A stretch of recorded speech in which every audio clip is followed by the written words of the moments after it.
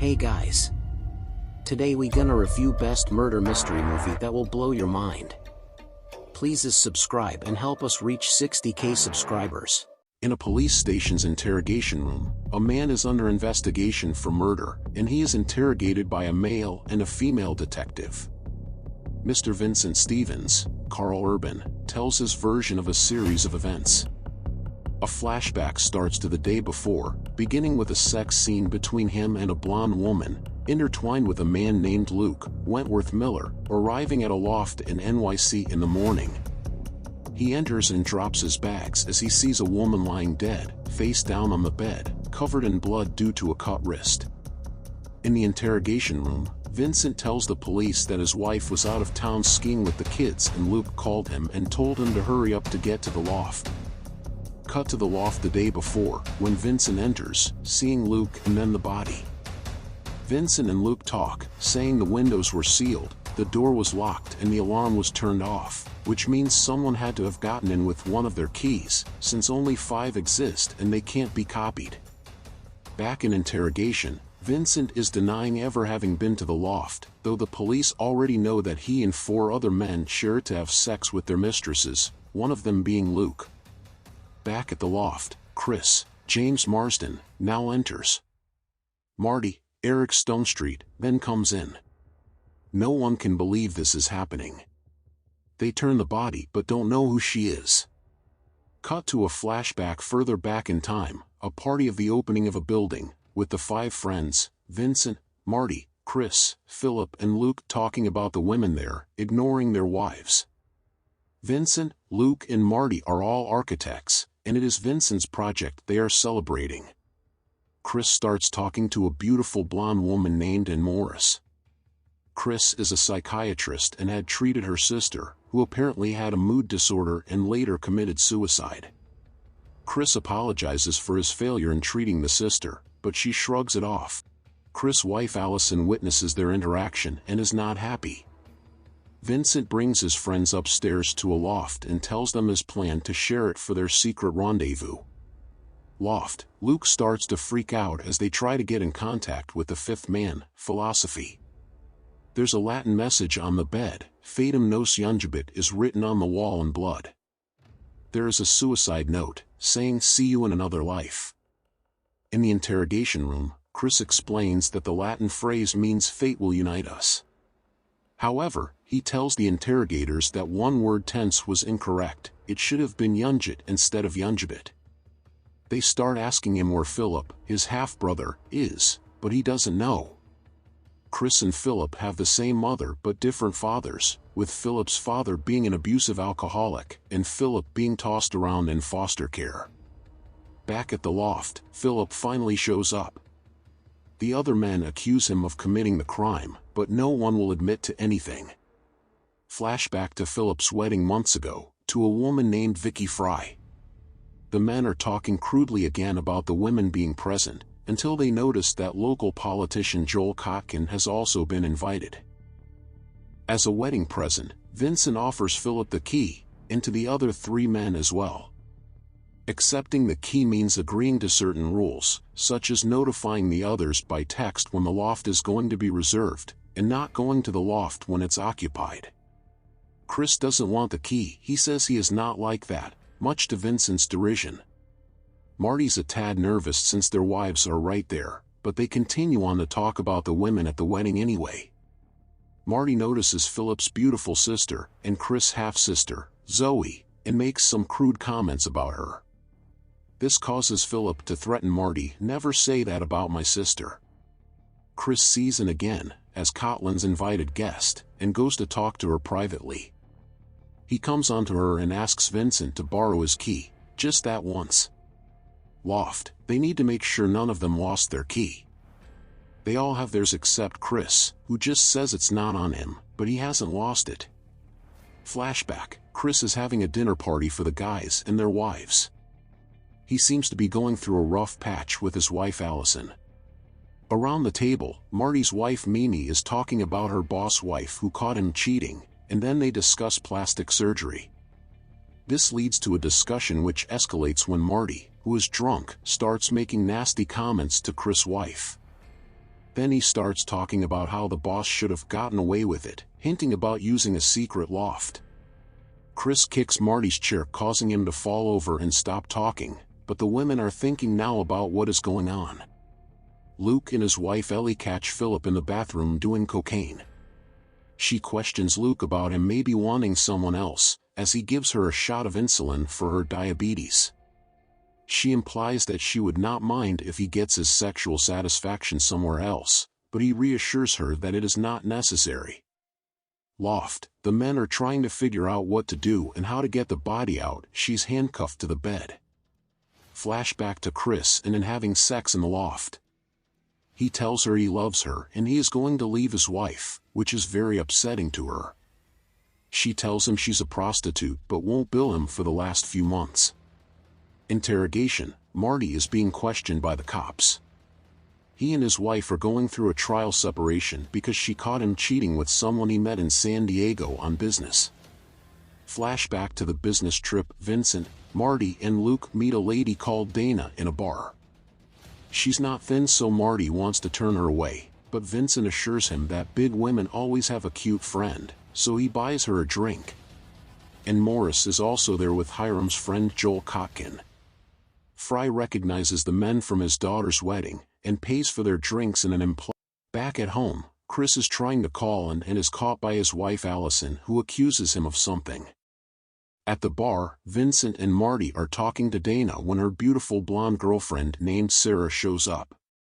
In the interrogation room, Vincent tells the cops that this was the first time he met her.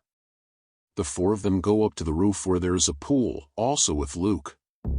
Marty and Dana leave when Dana starts to feel nauseous from all the drinks. Vincent strips naked on a dare by Sarah, who pushes him into the pool. Then she starts to unzip her dress, revealing her ass to Luke. After Sarah is fully nude, she talks seductively with Vincent in the pool that leads to sexual intercourse while Luke is watching them. Luke gets up and walks away and finds Marty having sex with Dana from behind. Flash forward to several months later, where Vincent and Sarah seem to have been having a long-time affair. She doesn't want to say goodbye as she is in love with him, but he wants to break it off. Back at the loft, Vincent is about to tell the guys that he was there the day before when the phone/buzzer rings. It's a lady who wants to come up because someone has listed the loft up for sale, and she has an appointment with a woman named Sarah. Vincent tells Luke and Marty that it is Sarah who is lying on the bed, and they both know her. Marty doesn't remember her since he was drunk. They run out to the balcony to see if they recognize the lady calling. They don't, and then confront Vincent. He tells them he was there the night before, and broke up with her, but had nothing to do with the murder. In anger, Chris throws his glass against the wall. Flashback on the street. Chris follows into a store and confronts her. She tells him that she was paid for having sex with him, but not anymore. He doesn't care that she's a prostitute, he loves her and wants only her. She doesn't believe him. He gives her his key as a token of his commitment. From now on, she can decide when they use the loft. In interrogation, Luke admits that he has met Sarah, the deceased woman. They ask him if he's jealous of her, implying that he's gay and has feelings for Vincent. Luke vehemently denies this. The cops tell him that Vincent is selling them out. Flashback: Marty shows up at the loft one night and bangs on the door, crying to Vincent that Dana told his wife everything and she's leaving him. He asks Vincent to help him. Vincent promises him to go to Mimi and tell her that Marty loves her, and that Dana is lying. Loft: Chris gives Vincent a drink. Vincent and Chris turn it around. Flashback to Philip in the loft with a prostitute, who is handcuffed to the bed. She is crying and shows marks of abuse, while Philip is high on cocaine. Chris and Vincent show up and Philip starts ranting that the prostitute overcharged him, waving with a knife. The lady tells them that he forced her to do sexual stuff against her will, but Philip simply remarks that you can't rape a prostitute. Chris tries to pay the prostitute off to convince her not to go to the cops, but she leaves saying no. This story is new to Marty and Luke. Luke then speaks up and admits that he had been recording all their encounters. He shows them a secret camera, in an area where he can look at the footage recorded on CDs. He is then accused of being a pervert, getting off while watching them, but he's never used the loft to cheat on his wife. He didn't record Vincent and Sarah last night, however, because Vincent didn't tell them he was coming. He's very scared now because everything he's done has been documented. Flashback to a fundraiser which took place the night before. Vincent is telling his wife he can't go on a ski trip due to his work. Allison is accusing Chris nonstop. He asks her if she's the one seeing someone else. Vincent still hasn't heard anything from Hiram about the project he was offered.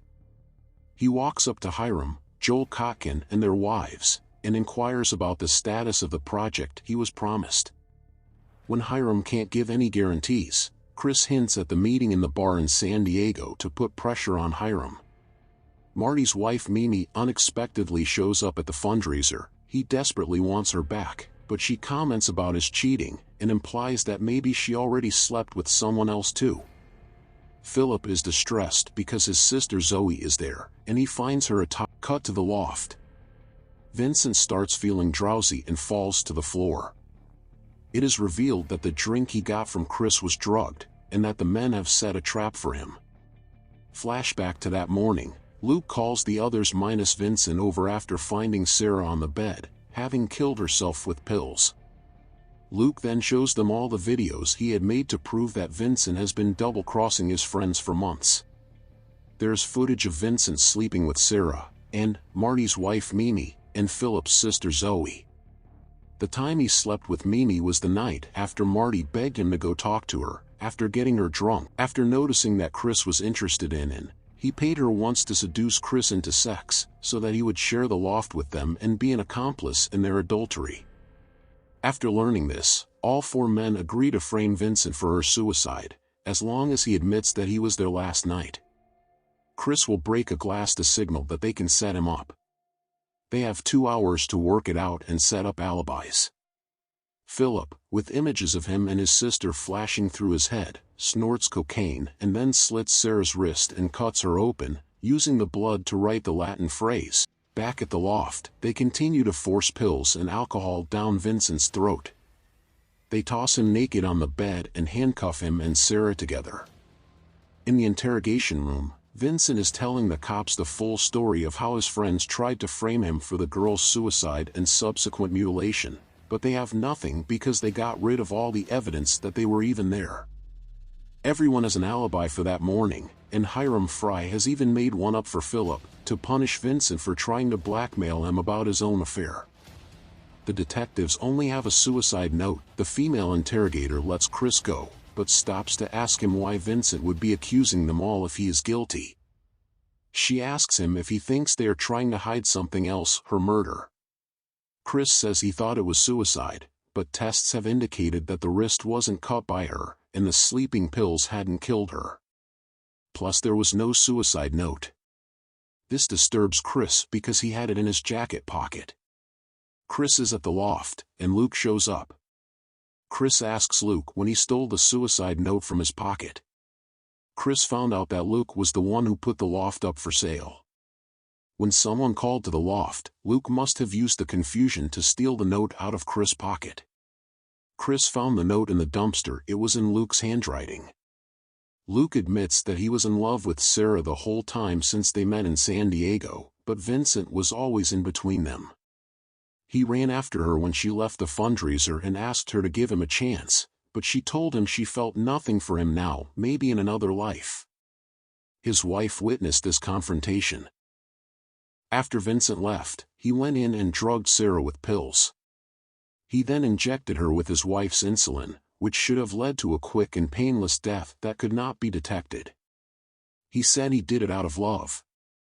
However, Chris reveals that neither the pills nor the insulin killed her. She died only when Philip cut her. Chris tells Luke that Vincent is being charged with murder, but Luke reminds him that it was his brother that killed her. Luke goes after Chris with a knife and gets out onto the balcony. He tells Chris to jump so that he won't have to kill him. Chris tells them that he already called the cops and told them everything as they hear sirens.